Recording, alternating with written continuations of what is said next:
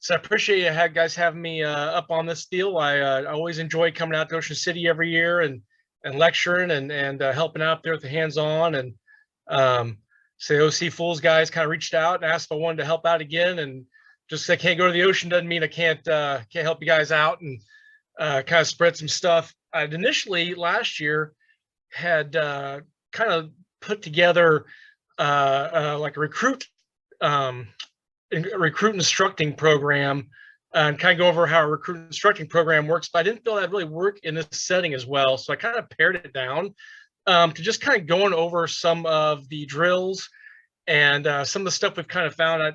First of all, I'm Keith Niemann. I'm a captain here with Wichita Fire Department. I ran the recruit training program here for a few years. I've been teaching for quite a while. I'm also president of the Wichita Metro Area Fools of Oz, which is kind of how I got hooked up with all the guys over there in OC. But I kind of the opportunity going through that deal, teaching recruits, and so I've seen a little bit of both sides. You know, conference teaching or teaching at fire schools is kind of its one thing, and then teaching at the like a recruit instruction is totally different animal. And so I'm going to kind of, this will work for really both, although I'm kind of using some of the assumptions of maybe you're starting a little more from scratch with this group, more like you would a recruit class. But a lot of these things will still transfer over to, say, a weekly drill cycle or a monthly meeting at the volunteer house. You know, my background, my dad was a volunteer fire chief. Growing up, my mom was director of EMS. So growing up, you know, through grade school up through junior high, you know, on Tuesday nights I was at the EMS barn for the EMS meetings, and on Thursday nights I was at the firehouse with my dad with the firehouse doing fire meetings and stuff. So I'm kind of pretty comfortable in those settings. And then you know, now I'm a career firefighter, and the recruit class we teach now is around 14 weeks. Our usual size isn't very big. It's about 15. We have a couple instructors running it along with myself, which is really nice. Keeps our student to instructor ratio pretty tight, especially, you know, we do live burns and those kind of things. It tends to, we try to obviously keep our instructor to student ratio a little closer. Now, if you're doing, you know, a monthly drill cycle or something like that, then obviously you have to kind of see what you're doing and then see what you're going to need resource wise.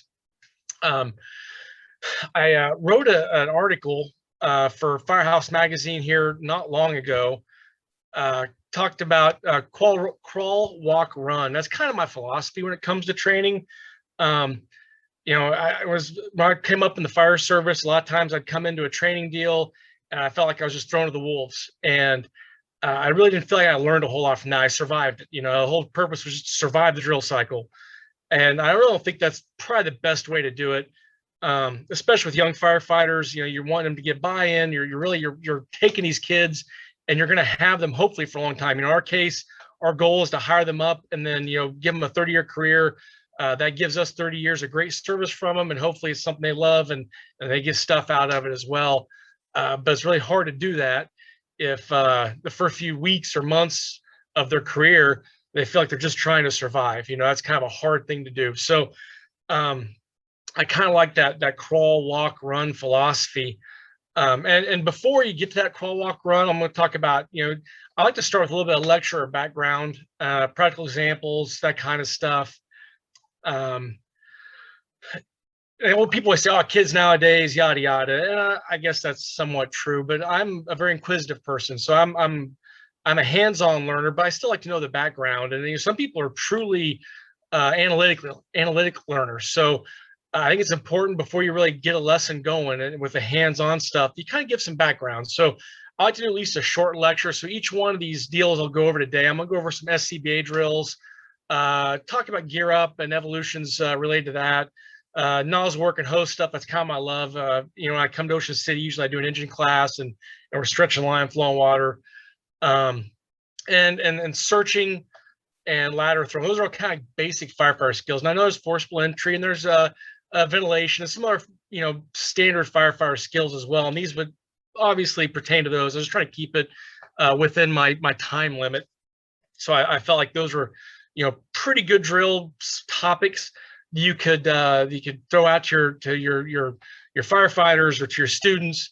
And obviously this crawl, walk, run, as you build these programs up, then they'll work for anything from extrication to car fires or anything else. Same thing I use for Wichita high rise and all that kind of thing. So obviously work for anything, but I like to do a little bit of lecture. So if we're going to do, we'll say, nozzle work or hose line stuff, I'll start out with, the different parts. And I always kind of base it off. You have such a wide range of student, whether it be, a new volunteer coming in, maybe he worked somewhere else, maybe he didn't. You have a new recruit, maybe this lady worked for a couple of years or was a volunteer somewhere first, or maybe this person just seen the ad in the newspaper online, decided they wanted to apply. So you really don't know where our starting point is. So always like just assume that they know nothing.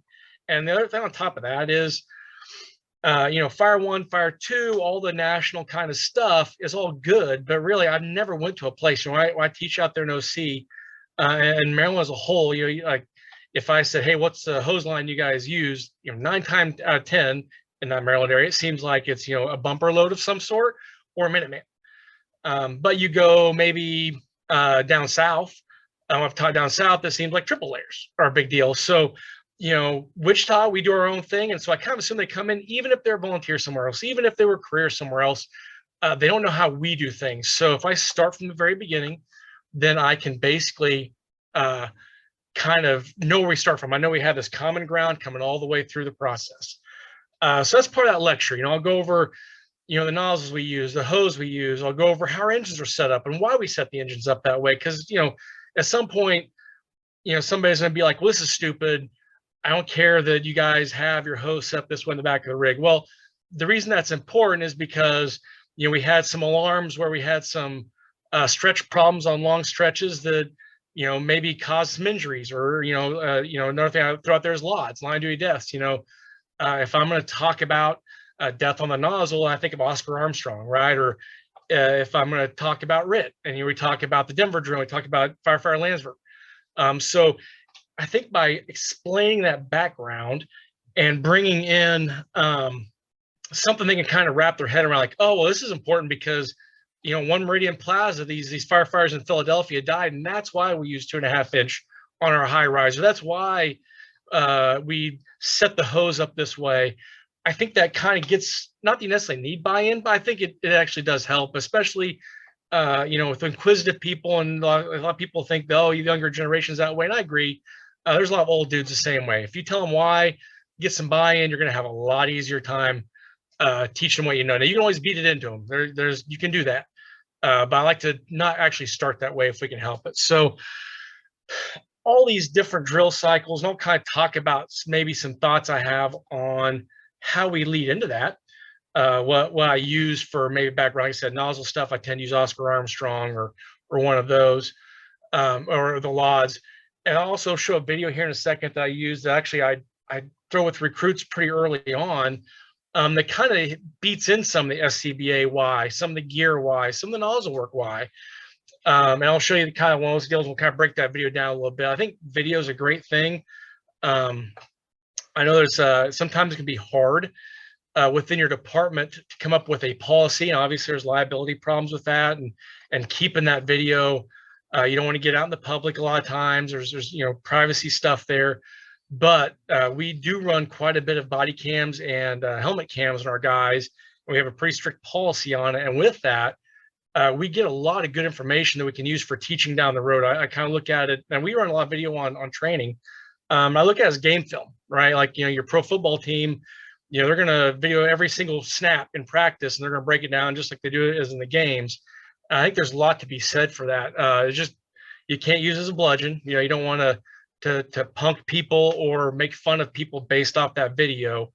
But on the same side of that coin, it is also, we talk about distractors coming up, or adding stress to your drills to increase some realism. That is one, when guys know or gals know they're getting filmed, it adds stress to it. You may not be able to make this like a real fire that scares them a little bit, but you can make the anxiety build up in their gut, and those that muscle memory, that fine motor skill loss we see when people are stressed, it's the same thing, whether it's because they're being filmed when they're nervous or because they're showing up on a fire and maybe they don't do that a whole lot. So we'll kind of talk about that too, distractors and ways to add some realism or add some stress to the drill. Another thing that is important, I think, is to break things down to the simplest terms. And this is one of those things, as somebody that goes around and teaches here and there and does conference teaching, it's easy to fall into that trap. That's one of the biggest differences between maybe doing your new volunteers, your new recruits, versus I'm going to go to a conference and teach. Is when you go to those conferences, you tend to see the gee whiz stuff, the oh golly, that's cool type tricks. You know, there's a place for that. And a lot of times it's conference guys, right? Because I go to conferences, I take classes. The reason I'm there is to learn something, a little tool for my toolbox, as they say. That is one of those things that you probably want to avoid if you're doing new recruits, new volunteers. In those cases, break it down to the simplest terms, and there's only one way, and that's one of those things that you have trouble if you have multiple instructors. When we do a recruit class, it's me and one other guy, and we've done the last 8 or 10 of them or whatever together. And so I know that if I'm showing them to throw a ladder one way, or I'm showing them to stretch the line one way, that is the only way we teach these guys. They won't learn 9 different ways. And I know there's a 1,000 ways to skin the cat or whatever. And that is very true. But until people gain proficiency, it just confuses that muscle memory. It makes it really hard for them to be proficient. And really in 12 weeks to gain proficiency, it takes a lot of reps, and those reps have to be identical. So break it down in simplest terms. How is you going to get the hose off the rig into the dorm? We'll talk about that a little bit, but how are you going to accomplish that? Write it down and then just teach that way. And every time they do it, make sure they do it that way. And there's going to be some variations, obviously, for upstairs versus on a flat piece of ground. I'm not really talking about that. I'm talking about, one instructor really likes a Minuteman, which is very common low. And so that's what they have these kids pulling. And then like on Tuesday, they show up for class, and this guy thinks, man, we do the Minuteman here, but man, we're trying to do this triple layer, and I really like it. And so maybe they're showing them that. It just causes problems. So you have one way and try to make it the easiest way. My wife does efficiency. She contracts with businesses, and she charges them really good money to show like where they're losing efficiency. How many, if they're making a widget, how many moves does it take to make this widget, and how many pieces does it take to make that widget? And if she can wipe out a few of those widget pieces or a few of those steps, then that saves that place money. So it is boiling it down to that simplest way. And so that's kind of the way I looked at recruit instructing. As we went through classes, I tried to pare down all the things that just made life harder, made confusion, made problems for recruits or my new people. And I just tried to get rid of them if I could, and try to boil it down to the simplest way to do what we need to do. So that's kind of my philosophy on it. And we'll get into some of those drills and what I like to teach or what I like to explain. They're pretty universal things. They may not fall directly in with your organization because you may do business a little different than we do, but I bet most of the things are very, very similar. So, and nothing else, you'll see kind of that crawl, walk, run, kind of how we build that up from, hey, here we're starting out where I've never touched anything before, to now I can go to fires and operate safely and have my officers have confidence in my deal. Because that's my own goals. Into that 14 weeks that I kick this recruit out, every single recruit class I've had since I've started doing this has made a fire their first shift on. One of those 12 to 15 kids, 15 to 20, depending on class size, at least one makes a fire within their first 24 hours. We're a fairly busy department, and usually one or two of these kids go to a busy house.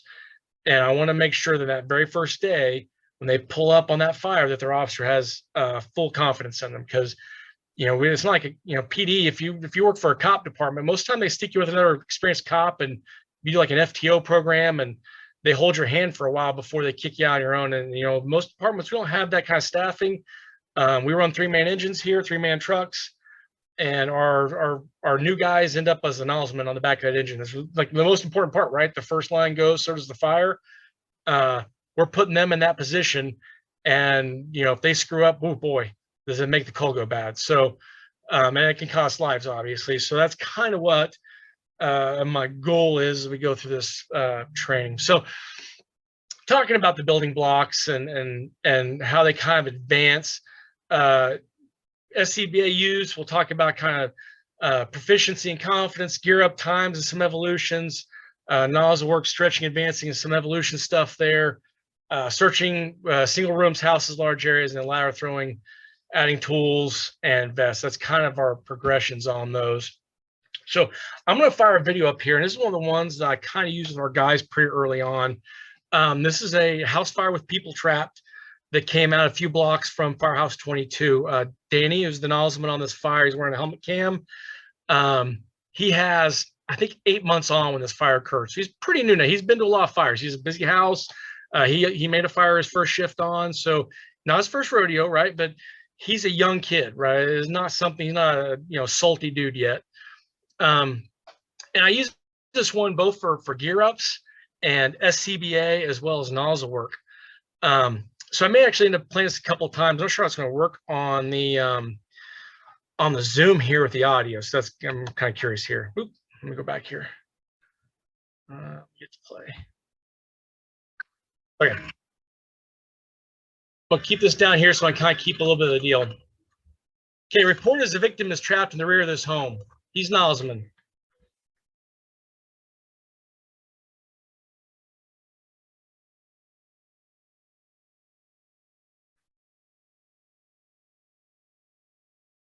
Okay, so a couple of things there. He comes off, he makes a stretch. Our goal, we tell these kids, is from the air brake of that engine, right? When that air brake hits, to the time they're ready to go in is 1 minute. That's our department goal. So that includes the stretch, that includes the mask up. We don't come off masked up here. Big part is you step in holes, communication, you lose some vision. So you tell as he talks, he doesn't have an air pack on. He doesn't have his mask on. He's all ready to go. He's got his gloves on. We teach him the mask up with gloves. We'll talk about that a little bit. But a few things I tell him is this is why when we start going into masking up and gears, getting your gear on, is you see the pace of play. The pace of play is very fast. I always tell the kids that I don't want my officers waiting on you. You should be waiting on the officers. Us officers, we're old. We're broken down. So the slowest person at the fire ground should be an old dude, not some 23-year-old kid that's got a year on the job. He should be the fastest guy. Should be in great shape. So that's kind of our deal. Another thing is the muscle memory aspect of it. As he comes off and makes that stretch, we'll talk about reps and simplicity and proficiency, why those things are important, why we hammer that we do things the same every time. Is he pulls that bundle onto his shoulder, he's walking up to this fire, it's a person's trapped, very stressful call, and do you hear me? Says, is that fuel? And if you look on this photo right here, the fireman in front of him is carrying a fuel can. He did see that. What happened was the doorman who went up and forced that door, and he knocked that gas jug over, which basically covered that, was glugging fuel out onto the steps. So he's going to make a steal. Instead of thinking about, oh, I got to set my bundle down, I got to stretch up, I got to have 50 foot of working line within 8 feet of the door. The fire looks to be just inside. Instead of thinking all those things that you can think about pulling up on this fire, he's not. Those are all just rogue muscle memory items. He's doing that all on autopilot, which frees that bandwidth, it frees that mind up to notice that there's a 5-gallon thing of gasoline on the porch tipped over, jugging fuel out right where he's going to put the line. And if it lights off, obviously it's going to be really bad. It's going to burn a hole in the line, could hurt the crew. And so he picks that up. That's why it's important. That's how I can use that to say, hey, so when we're talking about SCBAs and we're talking about your mask up times, we'll talk about how we teach that. That's why I don't want you thinking about masking up. I want you to just be able to do it. I want you to be thinking of what is going on this front porch? Where's my line going to go? Those kind of things. Tactical type thoughts. And obviously, if this officer wants to change his mind and throws an audible out and he needs to move the line, he can do that. And this firefighter is going to be able to make that move without thinking about it. Hopefully, at least that's our goal. So I'm going to keep playing this here. But that was one of the important things there. I'm going to back this up just so we can kind of see the time here. That'll kind of help us out on, we talked about that minute. So the video starts basically here, 1 second. Get back to where we're at. Grabs the bundle. He's making.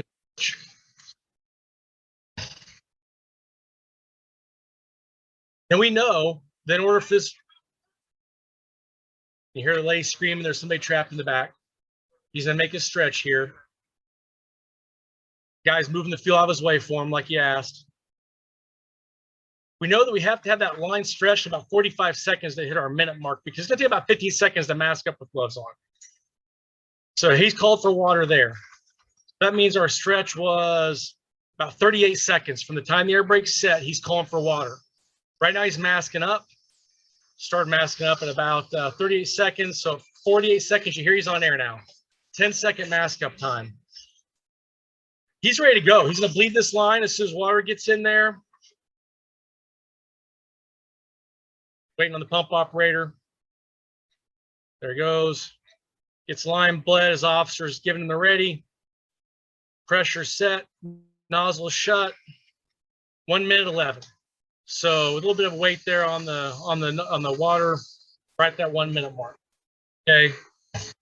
Start knocking fire down.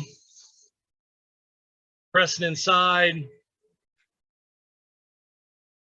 Pressing inside. He's pushing in. They actually end up on this fire. They end up searching off the line. They find the gentleman in the back. They pull him out. He survives. And not only survived, we actually pulled him out of a second fire about a month ago. This is a year ago. We pulled him out of another fire about a month ago. He'd moved from his house into the garage. He starts garage on fire. He's an elderly gentleman, and he's got some mental issues. But anyway, so yeah, and they pulled him out of that fire too. He got some burned feet in that one, I think. But that's what I kind of give the guys coming to the job, is why it's important. If you don't, if they have no idea what this job's about, that's it, right? They pull up, there's a house fire, there's somebody trapped inside, lives are in the balance, so to speak. And that nozzleman being able to make that stretch in that 30, 40 seconds, that quick 10-second mask up meant that they're able to get inside in about a minute, knock some fire down, and find a victim and pull them out. And people come from their departments to us, maybe the pace of play is a little slower. That kind of shows them why we hammer them. Why do I care that you're able to mask up in 15 seconds? Why do I care that this stretch is perfect every time? And that's why, because if you make a mistake there, then that sets back the clock sets back. Maybe when we find that gentleman, the room he was in flashes at that point, and he doesn't survive. So that's kind of what I was talking about personal experience. That's one of the ones we use, and it's no different than a lot or anything else. It's something tangible that a recruit or a new volunteer can lock into. So talking about SCBA stuff. So that's kind of where we start at. We bring the kids in. We do all the typical HR stuff, right? We sign in paperwork and all that kind of stuff. One of the early things we get into is SCBA. It's one of our main tools that we use. And we also need them to get proficient at the SCBA pretty quick, because that is one of those building blocks that everything else we do, they're going to have to be used to wearing. So one of the first things we do is we get them into that. So talking about SCBA, kind of the drill side, the way our drills run on that, using that first week, is we got to cover that required stuff, right? NFPA or an OSHA, depending on what your state. Like we're not an OSHA state, but we still fall under that OSHA respiratory standard. So there's stuff you have to cover. That's just the law. Usually takes 4 to 8 hours. Go over all the more moving parts, troubleshooting, donning, doffing, those kind of things. Now, one thing I like to do is we talk about this daily test for pain. I didn't throw any photos of this, but we basically have we run Scott SCBAs, and we have the Scott SCBA, and it has the little arrows pointing all the different parts, the strap, the waist strap, the primary stage regulator, and whatever it says on that, we white it out, and we give them that sheet, and they see it, and they know it's on. Hey, tomorrow we're going to have an SCBA test. And so usually come in that next day, and we've whited out all those words. And what I expect them to do is I expect them to write on every single one of those lines what's in that line. And I want to be exact. So if it says, eccentric, adjustable waist strap, then it needs to say exactly that. And we don't really tell them that up front. So they take that first time, and usually everybody fails it because, man, they just had it overnight. I get it. And so we tell them, hey, look, this job is about details, everything about details. And so, if you're going to stretch a line, that's like 5 or 6 detailed processes that if you skip a spot early on, the end is not going to be right. And that's going to be a problem. And so from here on out, until every single one of you passes this test with 100%, when I say 100%, then every single word is exactly like it is on that Scott sheet I gave you yesterday. Until you do that, they'll be paying to pay. Like some of our tests are for scores, right? Like 80%, 90%. I don't do that with the SCBA because it's very difficult, and especially early on, I don't want to crush these kids' grades. So we do it for paying, which means if 15 guys are in the class and 15 people fail it, maybe we do, 15 up and down of our tower. We have a 6-story training tower. We're going to throw the gear on and go up and down. One is 1, up and down is 2. And we do that 15 times. You kind of get multiple reasons for that. One is they're wearing their air pack, so it gives them a chance to wear the air pack and get comfortable in it. 2, it keeps them in shape. Now, we're not trying to kill them. And so we kind of adjust whatever that is to be reasonable. Now, as class goes on, usually after that first day, they study really hard that night. And by the second or third day we do this, we're down to 3 or 4 people are missing small things. They forgot a comma. They forgot a word. And so then once it gets to that point, then, we start doing each individual thing. It's like, okay, everybody's right here, but I noticed amongst the 15 deals, everybody got 1 or 2 little words wrong. So that's 30. So maybe we do, 30 air squats, or they do, 30 up downs with gear on. And we just kind of adjust that to make it, like I said, reasonable and worthwhile to them. And usually after a week or 2, we're down to 1 thing, or 2 things. One guy has 1 thing he messed up. In that case, like, okay, 1 lap, we have a 1/3 mile lap around our training facility. Okay, so 2 people messed up 2 little things, a period and a word. That's 2 laps around the deal, right? And then eventually everybody gets 100%, usually within a week or 2. At that point, we randomly give that test, and it's the same thing. If they miss something, fail something, and it's just because this is one of the most important pieces of tools we have, and I want them to be intimately familiar with every single detail on that air pack. And it's a good thing to start out early on for them to realize that, okay, this isn't like when I'm waiting tables somewhere. This isn't like when I was in college and I could get a 71% and mom may not be happy with my grades, but the professor passed me. This isn't that kind of job. This isn't that kind of life anymore. And so that's a good thing early on to impress upon a new volunteer or, a new person into the fire service of how important this really is. So, and then we do tabletop donning and doffing, right? So, and then we'll kind of talk about our drills. So talking about that crawl, walk, run. This is what crawl would look like, right? This is super basic. They're wearing gloves, their masks. You see the red in their masks. Those are blackout sheets. We basically have a template we cut out, fits inside. Each recruit is given one. They're expected to have that in their pocket of their bunker coat at all times throughout the 14-week program.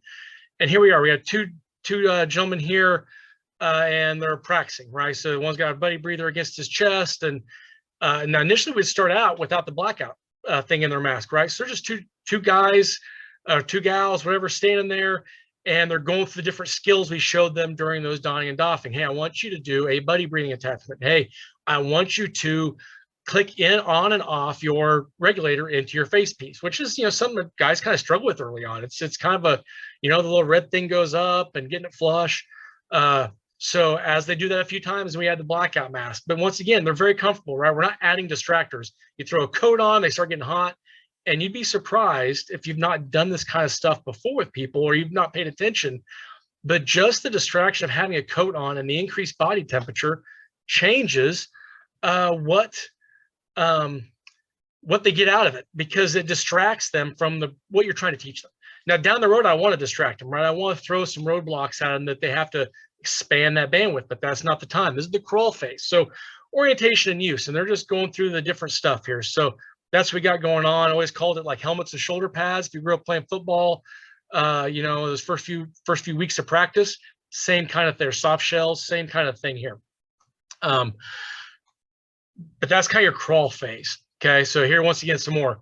They have the air packs laying out, and we'll do the thing called the air pack knot. So you would take the bottle off the backpack, and you basically kind of, you don't tighten a knot, but you take the regulator and you wrap it around. You may put it through the little hole Scott or Innispiro has in the middle of the backpack. You put that through there. You take the bottle off separately, and you say, "Hey, fix this mess."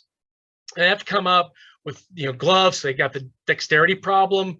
It's kind of a distractor. They're blocked out, so they can't see it. And they have to slide the bottle in, click it on, thread the bottle onto the regulator, untie it all. Once it's untangled, they have to don it and click it in.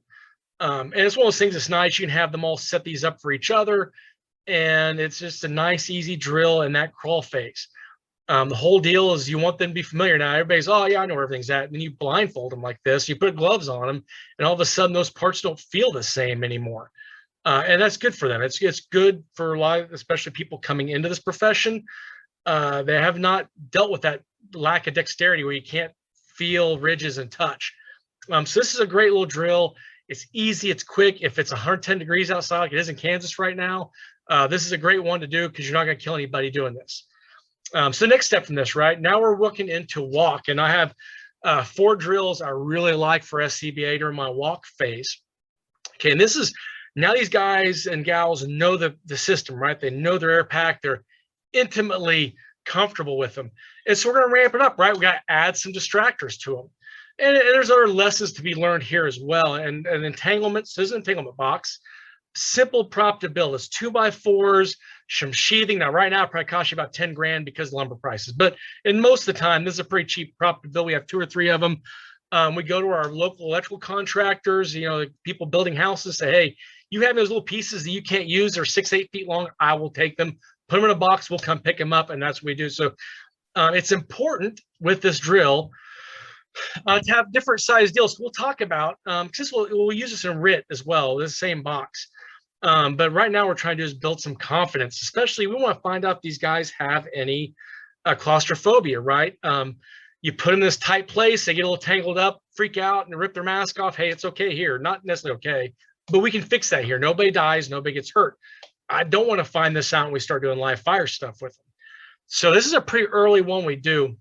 Like I said, we use this for RIT too. You notice the wires are different. We have phone, Romex, cable. We also get some 20 gauge or 22 gauge stainless steel wire that they come in a roll for like hanging pictures. That is the same size wire that is inside of that flexible HVAC. And when that flexible HVAC, burns off, those stupid wires droop down and they hang up and they catch your air tank and your helmet and all those kind of things. And so once again, we talk to these kids about the importance of having cutters on you and how to fix an entanglement. You're coming through, you get entangled, you back up, go another way. That's always the first tool. But we'll tell them, hey, you can't go another way, right? It's more like a RIT type deal. You're stuck here. Get through it. In that case, your next thing is, okay, I'm going to back up a little bit. So you push into it, it cinches those wires in on you. You don't want that. So we back up a little bit. What is going to hang up? Well, it's going to be your bottle, the eagle on your front helmet. Now, these recruits they don't get real helmets, the eagles and stuff like a classic helmet. They get that when they graduate from the fire academy. But we still tell them, hey, your bottle, where your UAC is, the base your bottle. Those are the things that hang up. So we teach them to roll that ball in the corner. So you see this firefighter, he's backed up, he's turned, and now his back is in the corner. And right here, that's his, hopefully, if he can run that bottle along this corner, that will keep him getting hung up. And then we teach him to swim. So he's going to take this hand, he's going to put it here against this wall and push. And he's basically, you see, he's got some of them in his hand. He's pushed all this wire here away from what's going to get tangled, his bottle, and he pushes it away, and then he advances forward. That is his first 2 things he does, right? Back up, bottle the corners, and swim. Hand over your head, push the wire away from you, move forward. Now that's going to work for a lot of stuff. And some of these guys, especially body shape, maybe they'll get the whole way through this box without ever cutting a wire, and they'll just swim through, and that's fine. Now, once again, we start with full vision. We don't black them out. So they can see what's going on. They see the wires. They can, they know it that way. When they feel something hanging up, they can see it. That way, after they go through a few times, now we block them out. We put that little red cover inside their helmet or inside their face shield. And now they're in a situation where they can't see it, but they felt it and they can make that mental picture. Now, if I threw this gentleman in here without vision right off the bat, he's gonna get hung up, and he don't have the mental picture. He can't picture in his head, oh, that wire is right behind my back, because he can't see it. He's never had that experience before. So the first time we do it, we let him see it. No blacked out. That's one of those things I talked about. We threw these guys in here and we try to, make them survive. We don't want to do that. Once they see that, once I black him out, he will actually picture in his head, oh, I remember when I felt that before. There's a wire right here by my shoulder. Let me reach back. Oh, sure enough, here it is. And he can hopefully swim that wire off. Now, if he can't, then he's going to cut it. He's going to reach into his pocket. He's going to take his cutters. He's going to cut that wire and then advance up. Once he's done, we'll tie the wires. You can see all the knots in this wire. We've tied all these wires back together because they've been cut multiple times. The bigger the person, the more they're going to have to cut. The smaller the person or flexible, they tend to slide through without it. One thing you do want to is have somebody close, right? A coach. We're not just throwing them in there and letting them run through this. Now, once they get close to that run phase, I'll do that. I'll say, hey, don't help. But at that point, you see there's another firefighter recruit behind him there at his feet.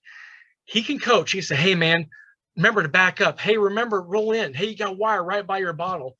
Okay. At some point when he's done this a few times, that guy won't have to say that, but he'll think that in his mind. He'll think, hey, man, roll in your corner. He'll hear that voice in his head. It'll be his, not his buddies. But it's okay to coach, especially in this walk stage. Now, like I said, as these guys get more proficient, you'd be surprised within a day or two, a few hours a day of doing this for a couple, 3 days, these kids will fly right through it, blacked out, cutting wires. They'll be trying to hose each other by putting extra wire in there and making little loops that catch your wrists and all kinds of stuff. And that's okay. That's once you get to the run phase, that's what we want to do. We want to challenge these guys. People want to be challenged. And I want recruits that want to be challenged. I want them to always try to better themselves. You can't do that without moving out of your comfort zone. So that is the entanglement drill. Once again, you see this box is about 8 feet long. It's basically long enough that when you're inside, fully stretched out, hands overhead, you can't feel the end and your feet are all the way inside. And you'd be surprised just having that lack of reference is very enclosing. It can make you claustrophobic if you have it. And that's what we want to kind of induce a little bit. I said early on, not when they can see, but as they get more adept at this. So that's kind of how the entanglement drill works. And you see at the very end of the entanglement drill here, we have a low profile stud. Now this firefighter here, he's got his straps on. He is a fairly narrow kid, male, female, can't tell, but he's able to roll through it. Now myself, I'm, a little older, a little bigger. I don't have the flexibility I used to. And when I come through this, I got to take my air pack off, right? So I got to remove my SCBA. So once again, a couple of recruits will do that. So we'll make sure that they know, hey, before you come through here, feel the other side and make sure that the floor is intact. You're crawling through a stud bay into a burned out area of a floor. So there's a teaching point. And then if you're going to press your bottle out front of you, you got to make sure one hand stays on your left strap with a Scott, because on a Scott, your regulator comes off that left strap. That has to stay in my hand. If I let go of that left strap, it may pull the hose, which may remove the mask from my face. So those are all teaching points that we can add into this one drill with this one box. And we can, obviously you could do days of this, adding stuff to it, going over the low profile and that kind of stuff. But this is kind of something we do early on. So that is my entanglement. That is in my walk phase of SCBA confidence. And it does have a low profile section to it as well. You see some boxes of wire that the nice people have given us. So the next drill I'll talk about that's in that walk stage after entanglement, we don't necessarily do these all in order. We actually will run around, because if we did entanglement all day, we'd probably, I don't want to say kill these kids, but you just lose focus, right? After a couple hours of this, the new wears off, they start getting more comfortable. So we'll do this for an hour or two, and then we'll move to another drill, and then we'll come back to this maybe the next day or a couple of days later. But my next drill is baseball. So I don't know if you can see this here. I may have to move this off to the side, a different spot here. I don't know if you can see that or not on your screen. So this is baseball. It is a very simple drill. We used to do it all the time when I was volunteer department outside. And these little things here are cones. I just have swirlies because I didn't have a cone on my little drawing program. But these are cones. And they're set up like a baseball diamond. So think of this as the pitcher's mound. This is home plate. This is first base. This is second base, third base, home. Okay. Another thing that's important about this, you want to set these about 20 paces apart to begin with. You can go bigger. You can go as big as you want. But I start at about 20 paces, which my paces are about 3 feet each. So, about 60 feet apart. When you set these up, I want you to imagine these are cones, are square-based cones, like a typical traffic cone. So this one here needs to be set up with the squares like this. Okay, I want the flat edge of this cone pointing to the pitcher's mound. Flat edge of this side cone pointing to the pitcher's mound. Pitcher's mound is the same way. It is set up like this with the square. Okay. This edge of the square, if I follow this flat edge with my hand, it will lead me to first base or to third base. Same if I follow this one here, it takes me to first base. If I followed my handle on this edge of the cone to third base, if I follow it on this edge of the cone, because it's a square, it takes me to second base. These cones will be set up where the points are here on the end. So the flat edge, point, flat edge, point, flat edge, point. The reason I want those flat edges to point to my next base. This is how the game is played. Full SCBA, pants, mask blacked out, on air. Team of 2 or 3 or 4, whatever you want. They start at home plate. We tell the kids, okay, here's how it works. You're all got to be together. The whole goal is to go to pitcher's mound first, second, third, and home, right? That's what everyone wants to do, is get a home run. You have to have somebody in contact with this base, your last base at all times. You can't move to next base till somebody's on it. So they can do it however they want it. A lot of times we're kind of teaching is communication, orientation, SCBA comfort. And, a lot of these guys never talked to an SCBA on before. And so what we do is one guy starts here at the home base and he travels to the pitcher's mound.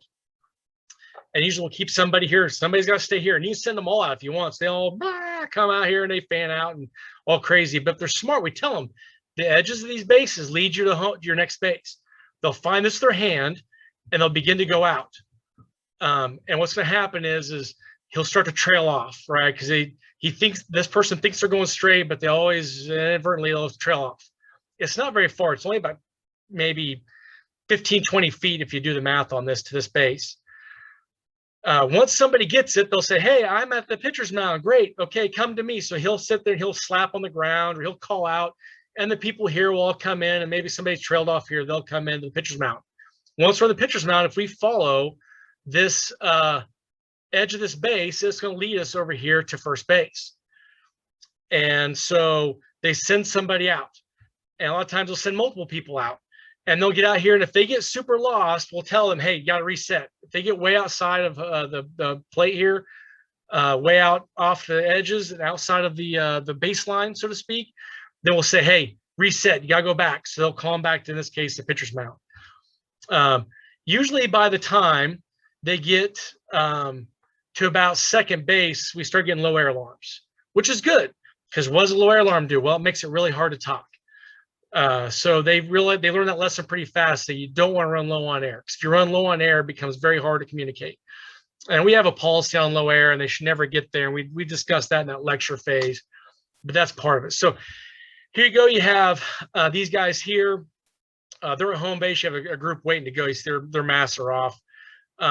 Some bases are in home base orientating. This gentleman here is walking straight forward towards the pitcher's mound, taking this pitcher basically from the pitcher's mound. And he's coming at me. He's got right nice straight line. Once he gets there, he's going to call the rest of his group to the pitcher's mound, and they're going to move on. Okay. Here we have a photo of kind of a group of them here. The one guy you see, he's got his hands on the base. He's using his hand to kind of help aim his buddy. And so he's hopefully using the deal. So when they get done with this, okay, so what's going to happen is by the time they get to second base, they're on low air. By the time they get to third base, somebody's almost out. And so we make them do a buddy breathing.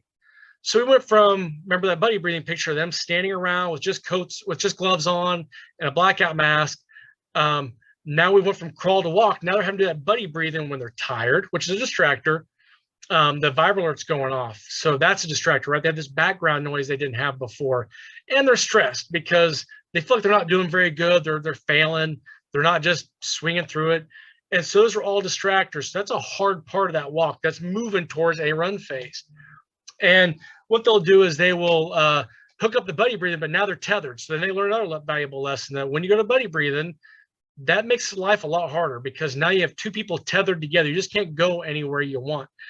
Plus, if you run Scots, the person that wasn't on low air will also get a vibro alert once they tether together, once they go to buddy breathing, because that's how the Scots work.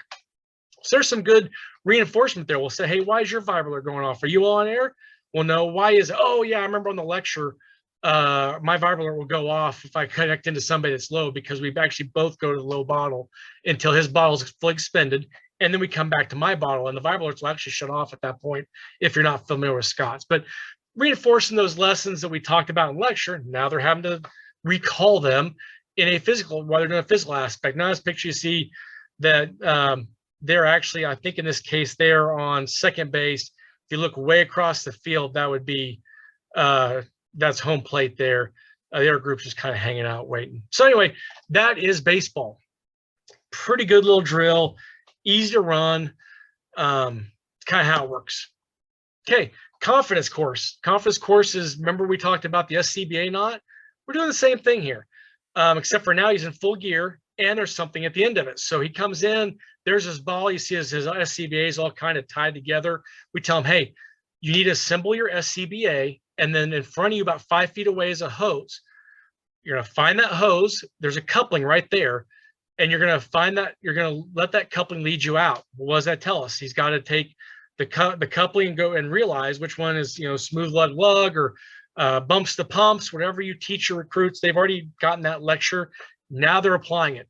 So he starts out, he's got to put this SCBA together. He's done that before, but now he's got something else. He's probably thinking about which way that hose leads me out. What was it? Smooth lug? How's that work? So that's now in his mind, but hopefully, since he's done this SCBA knot a few times with just gloves on, he's comfortable with it. He's thinking about the other thing while he's doing this. We're moving on to that bandwidth expansion. We're moving the bandwidth out. He's not thinking about what he's doing now. He's thinking about what he has to do in a second. So that's kind of what this has got going on here. So this is the start of it. He's done that. He's going to go out. Now he's found his hose, and the hose is going to lead him around. You see he goes underneath these stairs. Now, in his mind, that's probably the world's smallest hole he's coming through. You can see it's plenty of room. It's not even tight. But he's been in an entanglement box a few times, so this is not a big deal, hopefully, for this recruit. He follows the hose up those stairs. It takes him through a narrowing area, and he eventually will find his way outside of our little maze we built. Once again, not super hard, but since he's blacked out, he had to do a few different tasks. He had to do the SCBA knot. He had to do a find your way out of this fire using the hose couplings drill. And he's done some low profile type stuff where he may have to take his air pack off to get through some of these spaces. This kid did not. Somebody my size probably would, because you can't tell it tapers down. So once again, a confidence deal. And we just rotate through these for a few days early on. That breaks up the teaching and breaks up the lessons, but it's all the same skills. They're just doing them a different way. And the last one we do in that walk phase with SCBA is the ant farm. Ant farm is more of a consumption drill. So here we got the guys, we set up a thing. These are 45-pound bars on the left. The ones on the right are actually New York hooks with a 35-pound weight over the top of it. Just give us some weight. To the right, you can't see there's a ladder going up to the window. And then behind them is a tire with a sledgehammer. The drill starts as a full bottle. They're masked up. They click in. We start the stopwatch. And they do 5-minute rotations. So these kids here are pretending to do pipe holes. Doesn't seem like a big deal, but one, it's a lot of work. I'm trying to burn some air, really. But same token, they're also building up them shoulder muscles. So they're used to wearing that air pack. The guys going up and down up this ladder and into the window and down is working on rolling into windows and climbing ladders and some SCBA on ladders confidence if you have some height issues. And the guys hitting the tire really just hit a tire. I'm just trying to burn air. The way this is going to work is they're going to do this until they get vibro alert. Once they hit vibro alert, we're going to write down that time. Most of the time, it's about 15 to 18 minutes. There's the lesson there. Part one is, yeah, it's a 45-minute bottle. What do you actually get for your body type when you're working out of air? Yeah, maybe probably close to 15, maybe 20, depending on how athletic you are. So there's a good lesson for them there. But really the next thing is how long can you make that last on VibrAlert? So once they hit the VibrAlert, they move into the classroom. I tell them, I want you to make that quarter thing of cylinder. Now it's 1/3 of the new NFPA, but make it last as long as you can. You had 15 minutes to get 3/4 last you 15 minutes. Now you're lost. You're in trouble. You've called your mayday. You've decided to shelter in place and hope they come and find you. How long can you make it last? So we've already went through the lecture. We've talked about skip breathing and pyramid breathing and the hum and all those different grounding, right? You find a happy place, you think about it, trying to slow your heart rate down. All these different methods of conserving air. I say pick one. I want you to do it. We're going to time it. We put them up on the board. We put their name, when they started, how long it took to run to a quarter tank or VibrAlert or third now to VibrAlert, and then how long they made that last. Most of the time, it's like 40 minutes. It's pretty surprising when somebody wants to and they work on it, how long they can make that air last. So there's another lesson there is don't panic. If you're in trouble, the best thing you can do is ground yourself. And then, if you're not going to try to find your way out, ground yourself and try to conserve your air. We'll do this a couple of times with them and we'll tell them to try, okay, you did the hum last time. This time I want you to do skip breathing. And they may find that one gives them 30 minutes extra of air and one gives them 15. But then they'll know, if they ever get into trouble down the road, 10 years down the road, they get trapped in a building or something and they get low on air, they can hopefully pull back, into their little memory bank, go, man, last time I did this, I just need to sit here and I need to hum. And skip breathe or whatever worked for them, but at least they have an experience to look back on when they're stressed that they can think of that works, instead of, I remember reading this once in a magazine, or I remember my Firefighter 1 book talked about skip breathing. So I do like that ant farm. We'll do that a few times, and it's a good way to get some SCBA confidence as well. And then I make them suck the bottle of their face. Basically the drill ends when they die. They take that last breath, that mask sucks tight to their face. They feel those last 2 or 3 breaths when the VibrAlert is starting to trail off, and then you hear that honk, honk noise of those last couple breaths. And once again, that's something they know now. They know when they hear that, that's probably it. So those are all experiences that I think they need to have before they're in an IDLH environment. Now, granted, they should never get there in real life, but unless you've done it, and hopefully you've only done it in training kind of thing. So that's kind of how the ant farm works. Okay. Talk briefly about gear up in the crawl procedure. Once again, gearing up, I don't go a whole lot into that here, but it's important because of time. So, the Firefighter 1, Firefighter 2, they do the boots on, coat on, air pack on, mask on, gloves on, slap your hands. Was it a minute? Okay, great. Minute 15, whatever the testing policy is. We prefer to break it down.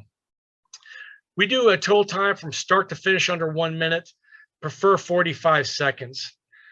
We also use chairs or an apparatus seat. So we tell them, hey, what we want you to do is we want to be 20 to 30 seconds from the time that you get your bunker pants, coat, Nomex on, and sit in the seat so you can put your air pack on. Because that's what our guys do. They get a call, they bunk out, they hop on the engine, and they, you can't teach that seatbelt thing. That's one of those things you want. So if you want them to learn to bunk out and have their seatbelt integrated, you got to have a seatbelt. So we use apparatus. And so we tell them, hey, look, I know Firefighter 1, Firefighter 2, you did the whole thing with the mask up and the clap and you were done.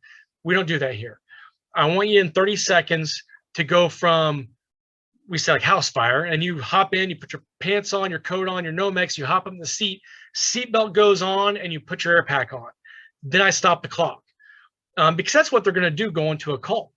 And I don't want them not using seatbelts because they don't know how to get it on in time, those kind of things. We practice like we play, and that's it. So they get to that point, and then we do a time of, they basically get out of the apparatus, they have all the stuff on, everything's on, gloves included, and we mask them up with gloves on. That protects their hands, keeps them from getting injured on the, the approach to the fire or forcing the door when they haven't got that mask on yet. But they got to be able to drop down and get that mask on in 10 to 15 seconds. And if they go, that's unrealistic, I show them once again that video a few minutes ago I showed you, right? It's the Danny video. It's 8 seconds he's masked up. That's why it's important. So it kind of goes back to the explanation thing we had earlier. Okay, nozzle work. So we kind of do the same thing, crawling, and we break down the parts. First thing we do with them, we sit them down like this, right? Just like we did the air packs. They're wearing helmets, safety glasses, and gloves. And we just get them to flow the water. If they haven't done this before, they're going to just get beat up by that nozzle. And so we want to make sure they're proficient at it and comfortable with it before we add distractors, such an air pack. That air pack throws enough of a balance change on you that if you throw it on earlier, especially at this point in class, only a few weeks into this career or into this, being a volunteer there, that they're going to be so worried about the air pack not fitting right or hanging off them that they're not going to catch that hose is whipping around and hitting them in the mouth. So once again, breaking it down to parts, we start with the crawl phase here, where it just helmets and gloves. Okay, and then we move on to the next phase of that. Okay, well, now they've done the helmets, gloves. Now we add air packs and bunker gear, and we just do that until they're good. I mean, if they can't flow a nozzle like this with a t-shirt, gloves, glasses, and a helmet, why won't I put an air pack on? So I just do that until they get to this point. Now here we are. They're doing this. Now they're getting pretty good at this, right? They're confident. The nozzle's not kicking back and hitting them in the mouth no more. They're really comfortable. So now what's the next step of getting the hose line in place? Let's get it off the fire truck. So we kind of start over again, right? So here's the recruits are building bundles. This is our Wichita bundle we use to stretch line. We teach at OC the last few years. And they're just going to do this, and they're going to stretch it in the classroom to a cone off of, we basically build a hose box. It's shaped like the back of our engine. He's going to throw this on his shoulder. He's going to stretch it with probably just gloves on, just for dexterity, no other distractors. It only takes about 20, 30 minutes to get really good at it, right? Because it's like super easy wins. So you get some great buy-in. They feel like they're, I'm a real firefighter now. Yay. So that's the goal. So what we do next, add gear, right?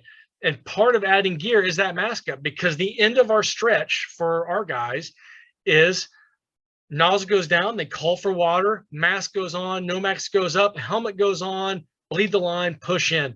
I want to build that muscle memory. So once again, you see he's inside. There's a cone sitting there. They're just stretching to a cone from a hose bed prop, a box, a wooden box we built. And he does the whole stretch with gear on, including the mask up and the calling for water. And that's what they're going to do. And we're going to do that till they're good at it. So, okay, now we got them good at flowing water, right? They can flow water and they're confident in their nozzle work. We've done nozzle stuff, nozzle out ahead, working the line, good big T's and O's and all the kind of shapes you want to make. Backup position, taking the nozzle reaction, being able to, all that kind of stuff. Just be able to work that line really good and have confidence. Now we've gotten where it goes from the nozzles coming off the engine to the front door. He's got 50 foot of working line, which is a nozzle and a coupling within the door, which is our cone here, and the mask up. They all get at that. So we're breaking it down to parts. What's the next part? We've got guys that can flow water. We've got guys and gals that can stretch a line. Well, the next thing is they got to take that line from there to the seat of the fire. So that's the next part. We break it down, this crawl phase. So, let me back up. So now he's done this out here. What's the next step is to actually do it from an engine to a door. So here at the guys here, he's got his bundle. He's coming off the engine. This is the backup position, grabbing to break the line. And they're going to the door. They're actually stretching. He's dropping down. You see he's masking up. The other guy is masking up. That's the backup position. And we stop. We never charge the line yet.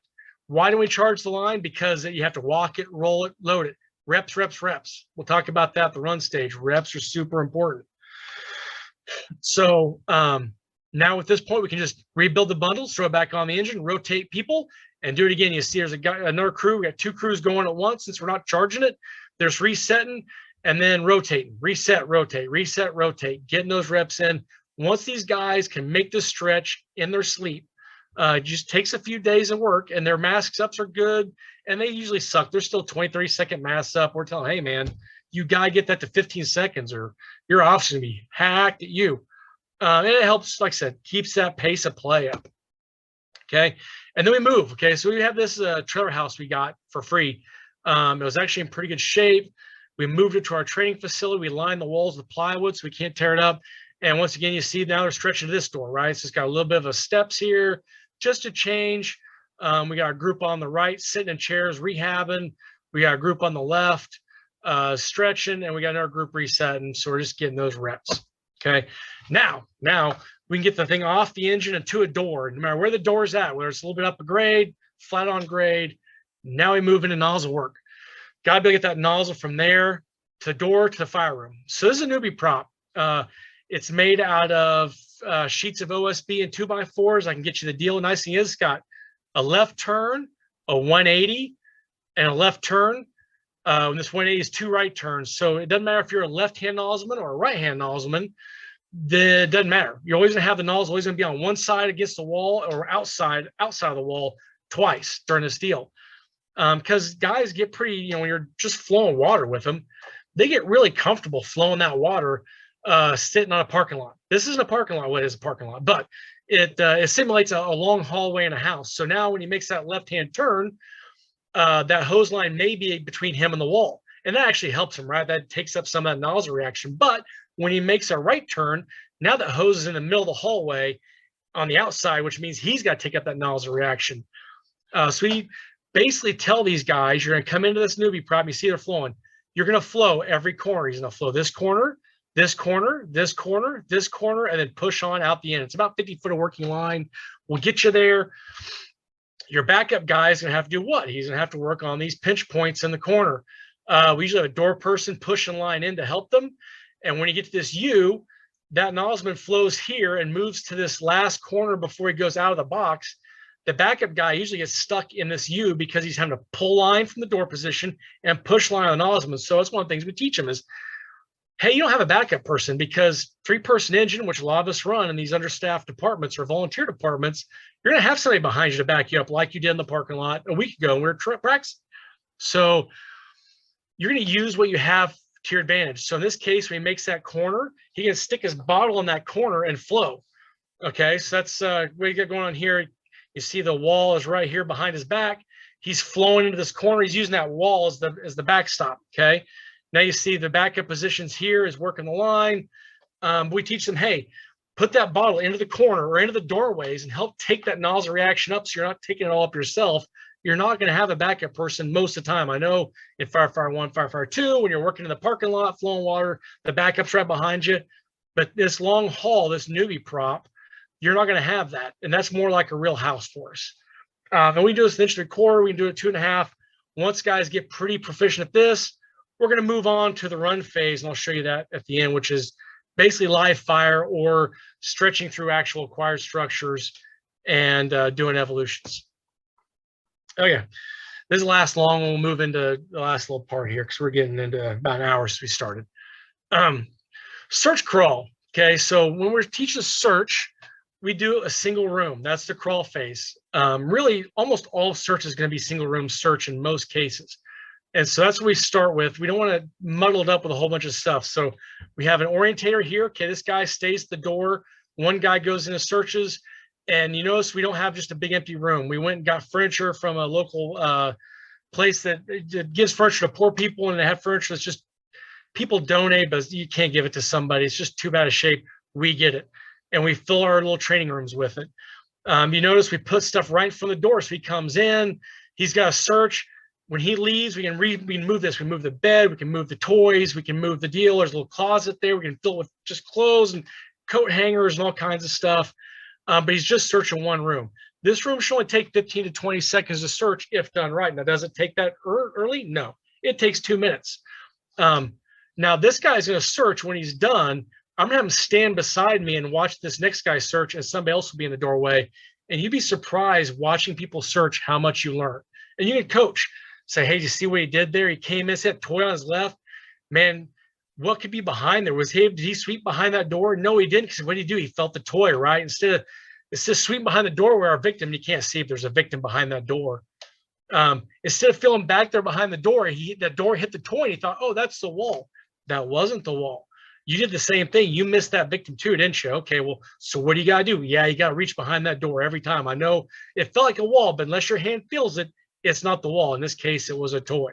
Okay, here's another layout, right? So we move the room around, we got the victim right here in the bed. We teach our guys, you get up on the bed and you feel 3 corners, or you feel all 4 corners.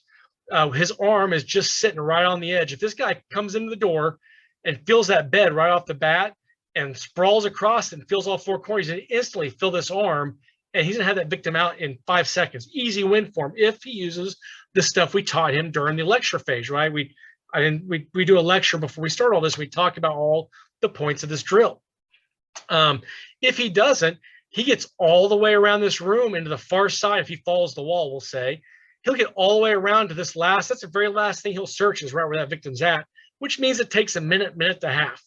And then when he watches the next time, we go, watch, if he feels that corner, how fast will we have that victim? Right, 10 seconds. That's the difference between life and death, between him finding that victim in 10 seconds and you finding him in 2 minutes because you didn't search the bed correctly or you didn't feel the four corners. That's why there's a pillow on his arm, is they have to feel that corner. If they just feel this pillow and go, oh, it's nothing, all beds have pillows on them. You don't want to use that as a, oh, I'm not going to search it, or, oh, I felt the corner. No, that's a pillow. You should be able to tell the difference. And that is one of those teaching points.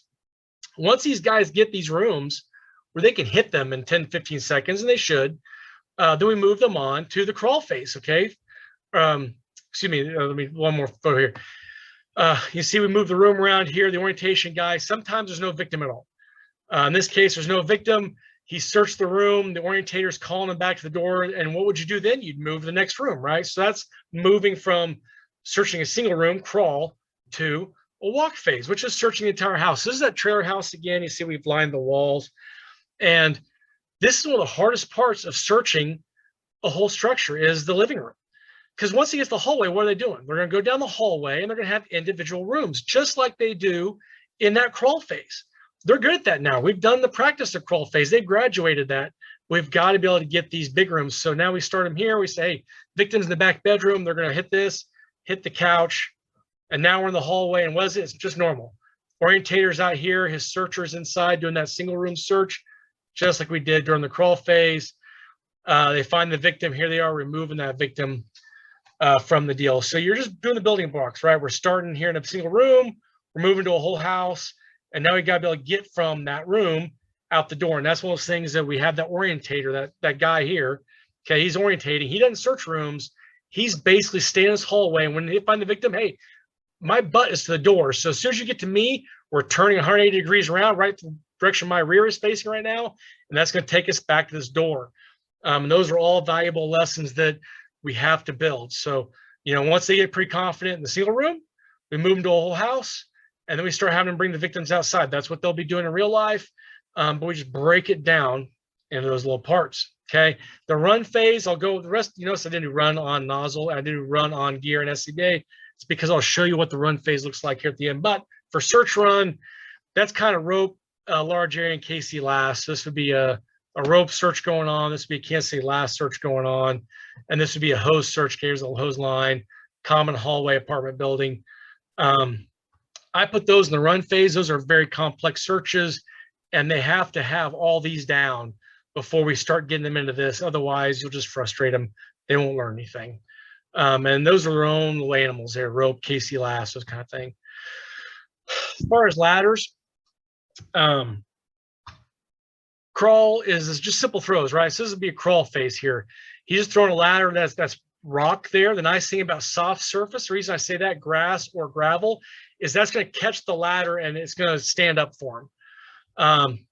Gloves, helmets, safety glasses, and he's got an air pack on. That would be the walk stage here, would be this photo. But we just want wins, right? We want them to win.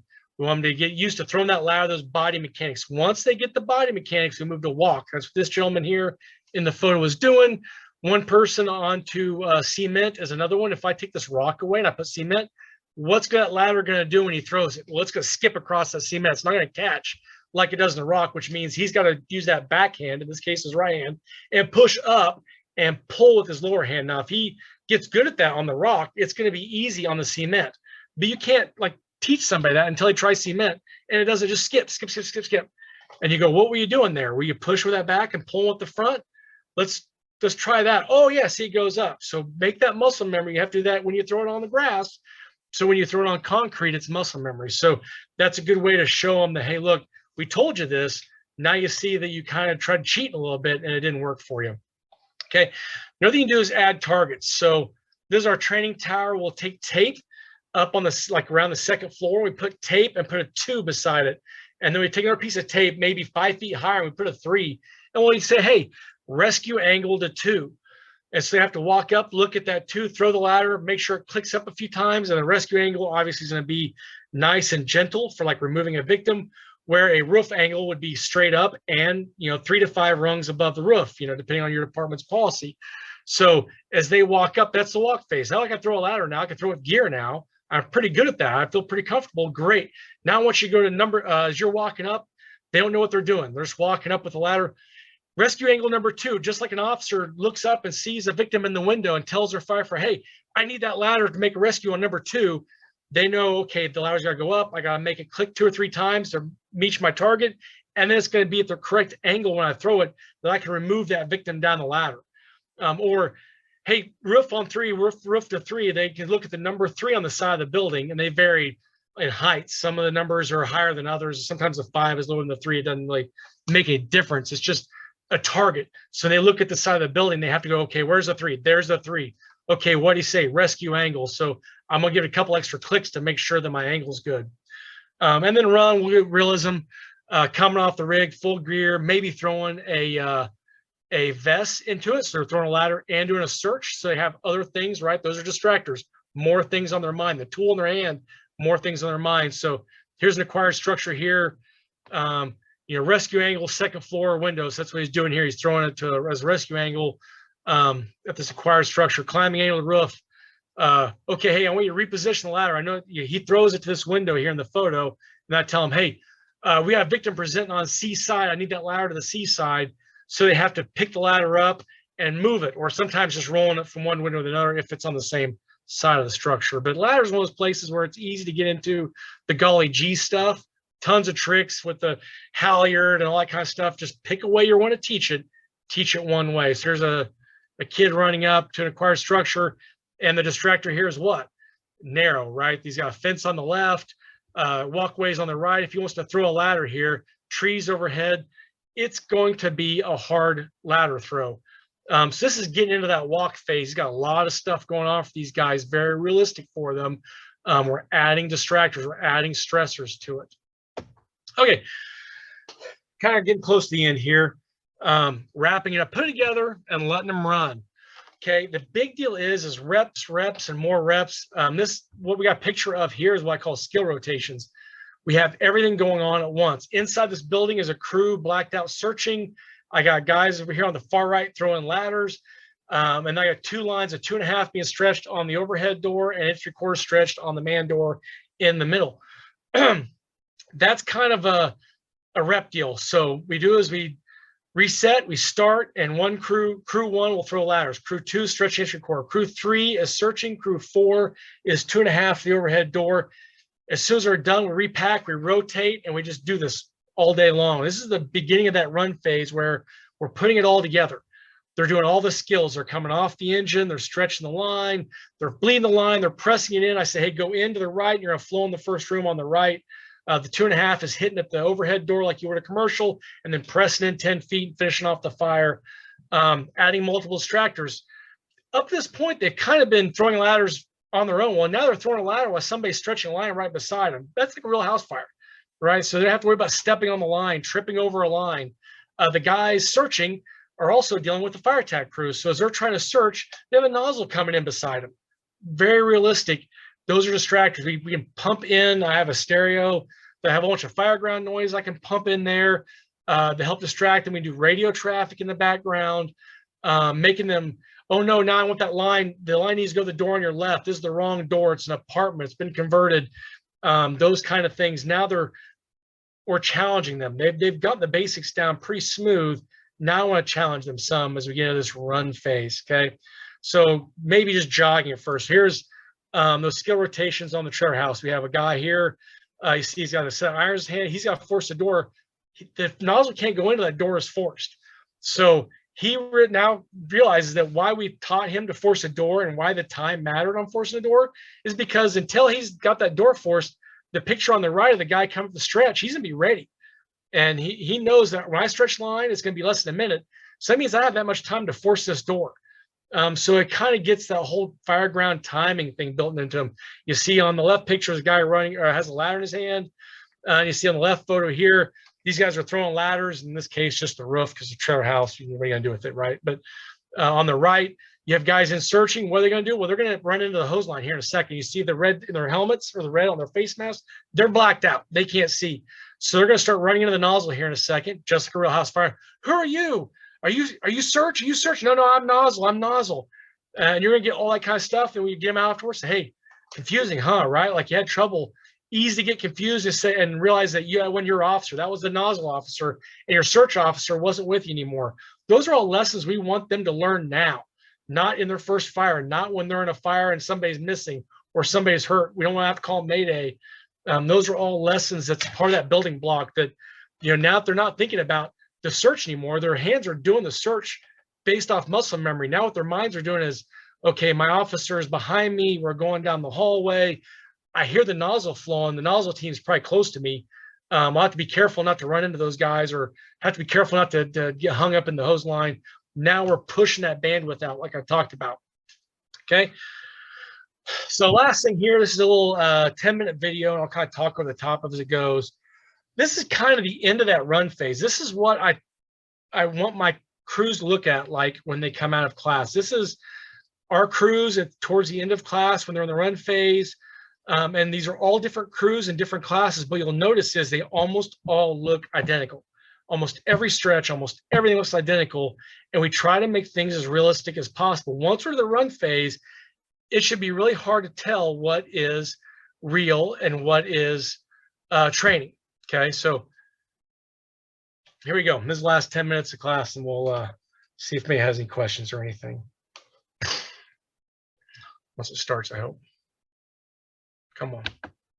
That didn't work. Let me see if I can get to the end here and do it.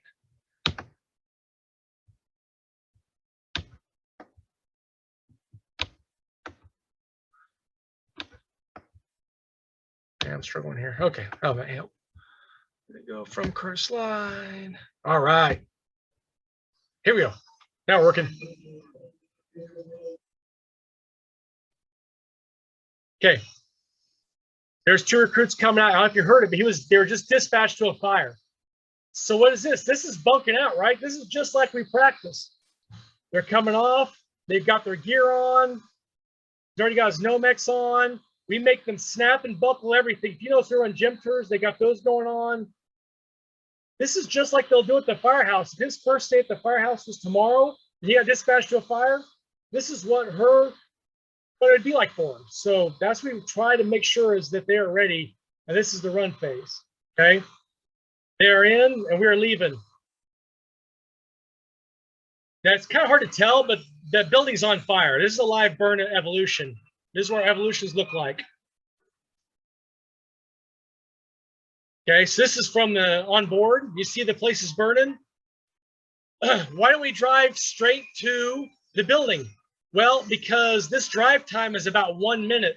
We run the sirens. I can't relive or can't recreate their first fire, but I want it to be as real as possible. And you'd be surprised how much that siren in the background drives their heart rate up. It gets them realistically excited, right? It's a distractor. Okay, so they're the drivers giving them some, pumping them up. Hey, you got fire, boys. You got work here, right? So this is like going to their first fire form, hopefully, getting them excited, trying to get that heart rate up. So fine motor skills starts to degrade. They can practice those things now and not on their first fire. Okay, so there's our burn facility, our Connex boxes. Okay, air brake is set. I'm going to see if I can get the time up here. I'm not sure I can. Okay, time is 1:45. Air brake is set.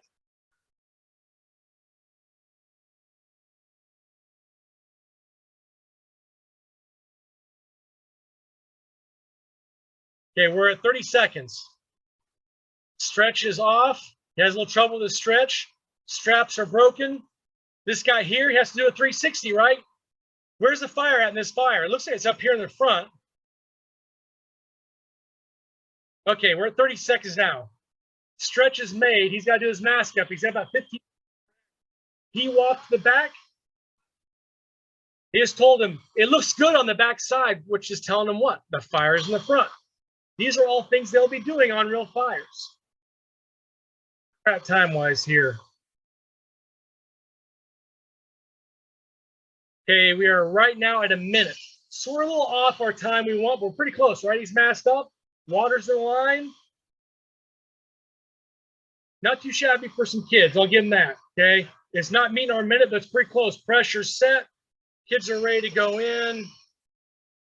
We're at 1 minute, 15 seconds. Not too bad. Okay. That's what we're trying to aim for with these guys. All their positions, right? Door positions here. Where do we teach them that? Well, that was that newbie prop, right? The nozzleman, the backup, door position, flow on the line. Okay. This is first person point of view. Let's see if I can get the time here. It was right about 3:15. Okay, bundles drop, straps broken. 15, 3:15. So we're 15 seconds now. He's calling for water. Mask up. So that stretch is pretty quick. Okay, so now he's doing his mask up. Started at 3:30. That was 3:33. So he's at 10 seconds. 15 seconds. So everything was super quick until his mask up, right? We talked about using video. One is he knows he's running a camera, so it makes him nervous. That helps. We can also watch it with him later. Hey, look at this. Your stretch was on, man. Your stretch was 20 seconds. That was awesome. Your mask up was 20 seconds, though. Why was that? If you get your mask up down, we'd have this done. That was under a minute. So that was a good stretch overall, but it gives him some positive feedback. Okay. He's pressing in. This is the instructor here ahead of him, our safety guy. Okay, this is the fire rolling down the hallway. It's actually a right. The other thing you notice is what does he see? He sees fire roll overhead. What does he do? He starts flowing water, just like that newbie prop. He's not in the fire room yet. Now he is, but he's able to make that knock. Did it go out? No. Why? Because he's knocked the seat of the fire. Just like that newbie prop, he's knocked it. He's in advance. He's not quite there yet. I think he's kind of hung up a little bit. There he is. Now he's made the turn. Now the fire's out. Okay. From outside, he's in there. You notice one thing we don't do as well is we don't teach them just to cough a little water on that fire. We tell them you put it out like you do for real. So they flow that water, making nice O's and Z's and T's until the fire is out. Okay. Here's another stretch. This is the third one. Once again, you're noticing all these stretches look alike. Timing-wise looks alike. Stretch-wise looks alike. This is a stretch 2. We can stretch 2 or stretch from. Those are both within their playbook. There you go. Turn around. Yeah, face backwards to the fire.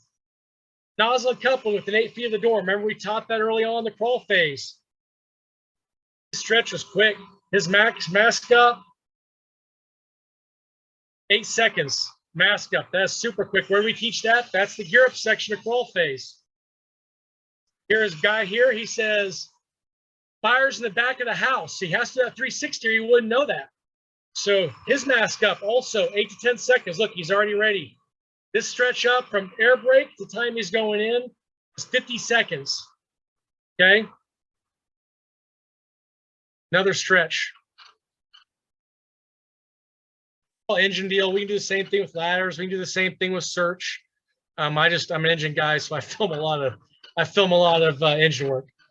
Oh, what happened? Why did we? Oh, he was told he got off the rig. Hey, it's second floor.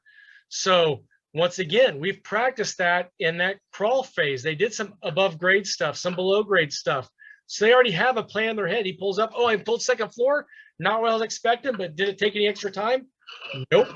Because in the crawl phase, he perfected that. We practiced it till a second nature. And so he comes up and he hears those words instead of thinking, I'm going to take the bundle, drop the bundle. I got to put my mask on. What he's thinking is, oh, second floor. Okay, I'm going to break at the ground. I'm going to coupling and nozzle go upstairs and I go to my mask up, right? So it's just back to that rogue muscle memory. Okay, line is charged. Even though this is above grade, the stretch is still about right at a minute. His mask up was about 18 seconds there. We got a little kink there. He's going to fix that, or the backup guy's going to fix that, I hope. Anything else?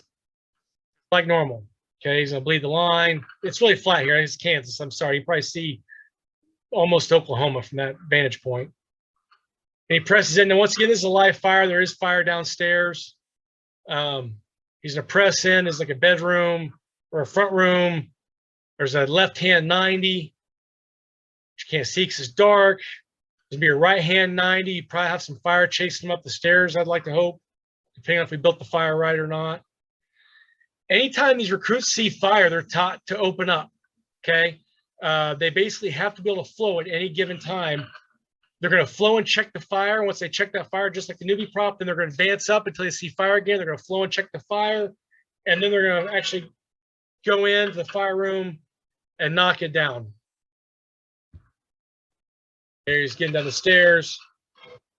There's another one.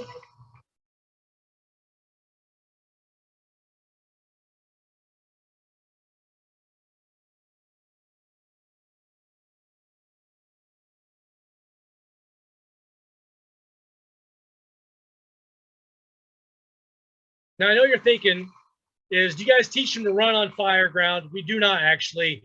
During these drills, they are running. Partly because we push them really hard. That's one of those ways we're trying to give them some stress. On real fire grounds, their officers are going to keep them basically at a tempo that they're not breaking that stride. You'd be surprised on real fires, these guys tend to you slow down. When they're on a real fire, they're going to slow down because they got so much stuff going on. They're so nervous and scared that it naturally takes care of itself. Once again, mask up was less than 10 seconds. I lost video.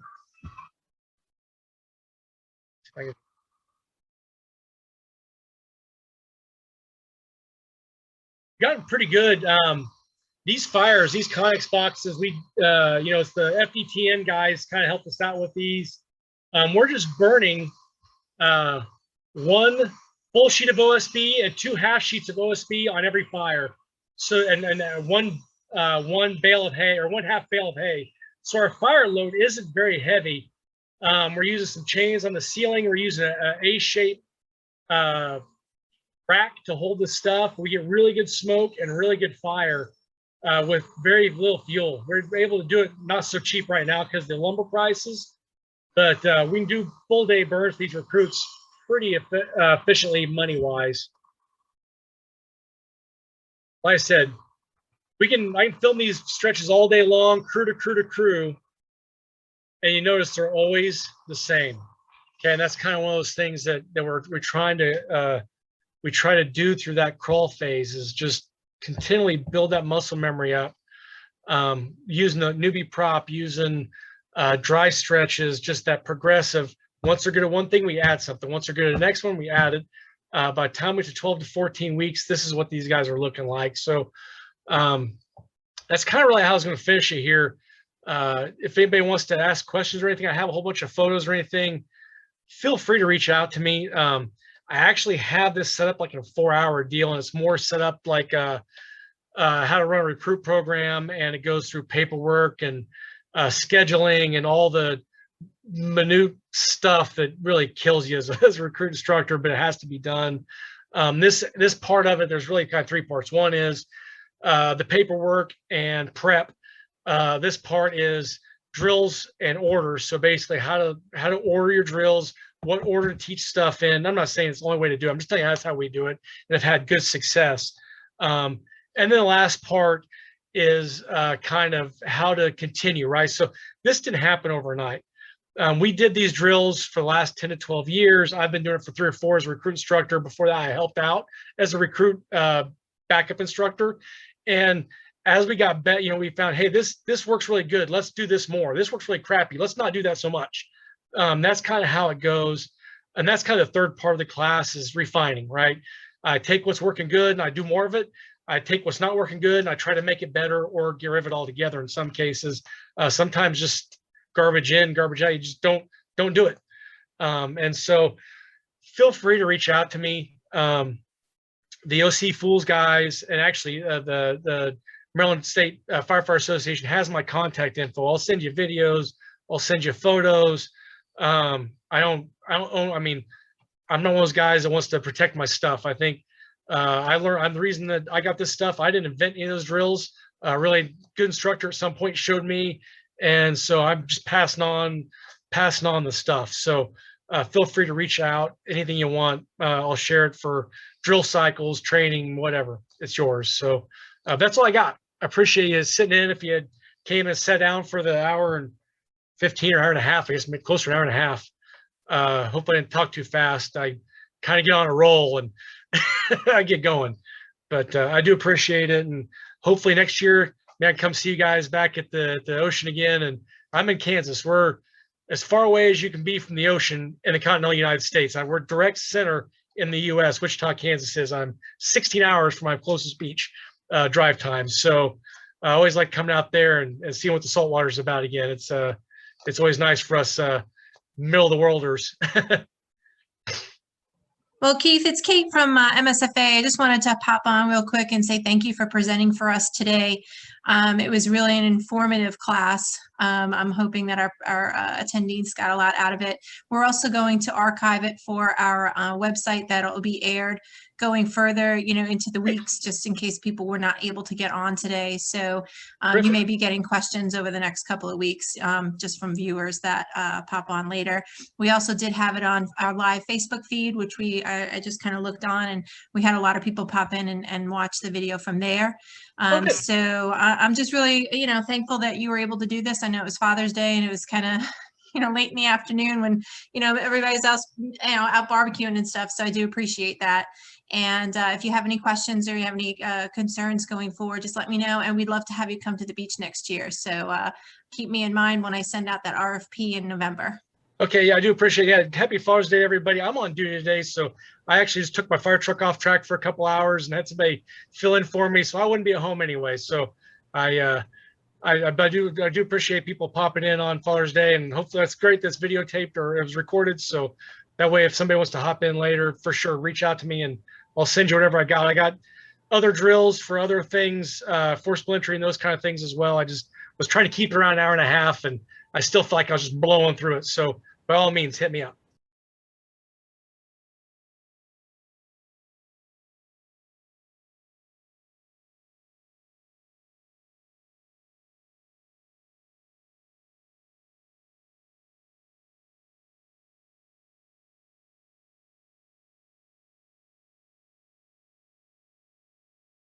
California Casualty has been endorsed by the MSFA for 10 years for its auto, home, and renter's insurance. It is our honor and privilege to protect those who protect our communities. Happy 10-year anniversary to the members of MSFA. Thank you for all that you do. For more information about our program, please visit www.calcash.com/MSFA. We look forward to seeing you at various local, county, and state events.